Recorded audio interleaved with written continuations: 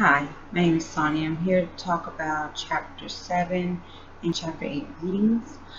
With Chapter 7, I found that it was very informational, and it talked a lot about going to the library and looking up information the old-fashioned way. We have lost sight of that over the times due to the internet.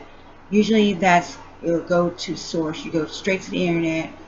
You look for whatever you're trying to research on through that. It's easy, quick, and simple. But sometimes you cannot rely on the internet due to the fact that some of the material that's provided on the internet is not up to date.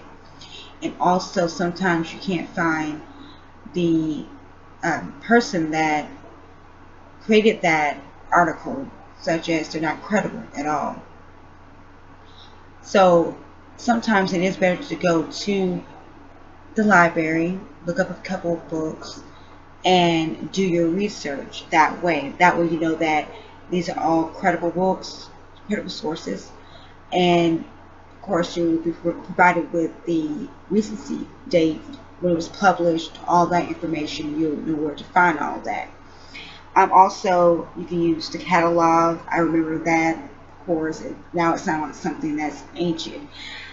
You can also have, of course, different reference works, newspaper articles, periodical databases as well.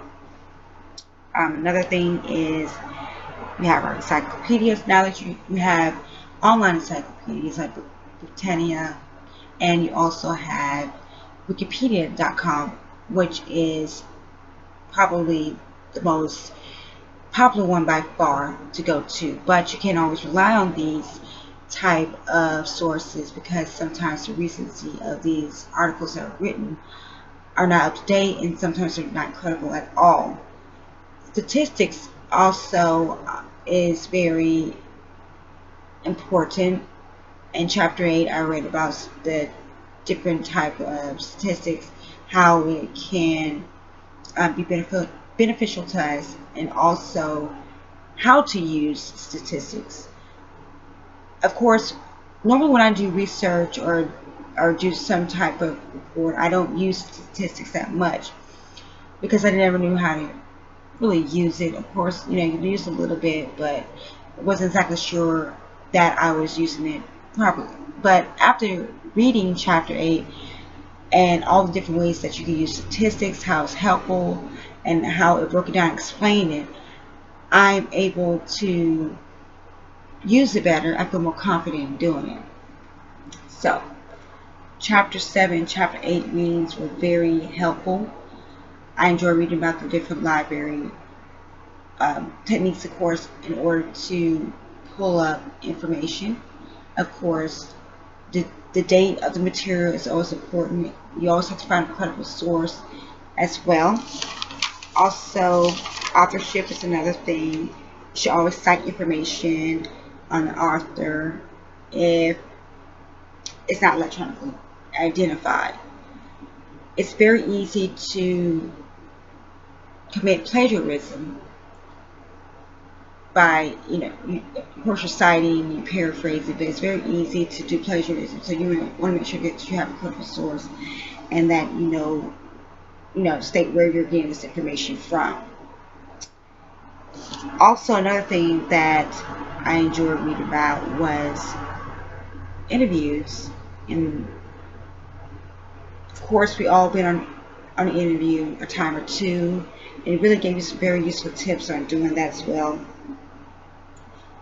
in a way where you're interviewing someone for a speech or on a topic rather than a job interview. That was very interesting to me. It gave you different type of tips of what information that you need to gather, also how to be prepared, and also to be on time. I found these readings to be very useful, and they gave you a lot of examples as well. So it was easy for you to go from example to another example and be able to comprehend what they're trying to say to you. They gave you many examples to look at, and I like that a lot. These readings are very interesting, very informative. I really enjoyed it, and that's basically all that I have to say at this time about those readings. I really enjoyed them. Very, very good. And I think the author did a great job on wording this as well, so that we can understand exactly what he's saying without having to reach out to another source to figure out what he's talking about, and also providing those examples. So that's what I think about chapter 7, chapter 8. Bye-bye.